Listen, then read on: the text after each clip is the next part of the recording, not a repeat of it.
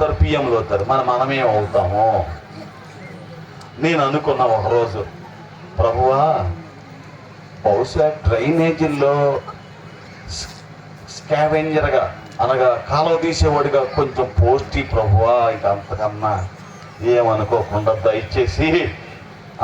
లేకపోతే చీపురన్న, ఇప్పుడు రోడ్లు ఊడ్చే చీపురన్న ఆ చిన్న పోస్టర్ని ఈ ప్రభువా అని అడుగుతుంటే మా పాస్టర్ గారు అన్నారు, అలా ఎందుకులే, అక్కడ ఉన్నటువంటి పాకంలో చిన్న పాక దగ్గరైనా మనకు స్థలం దొరికేటట్టు ప్రార్థన చేసుకుందాం.